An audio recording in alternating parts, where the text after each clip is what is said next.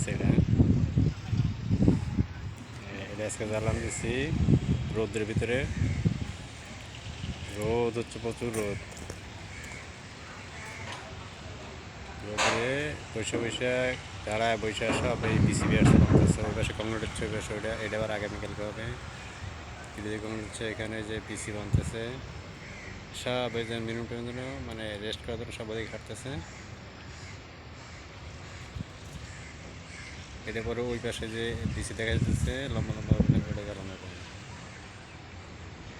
প্রচুর কাজ আছে এখানে। ওটাও হয়ে গেছে। এটা পানির ট্যাঙ্কি, এখানে পানি জমা হয়। এটা হয়ে গেছে। এগুলো সব নতুন জ্বালানো, নতুন কংক্রিট হচ্ছে আজকের যে এখানে।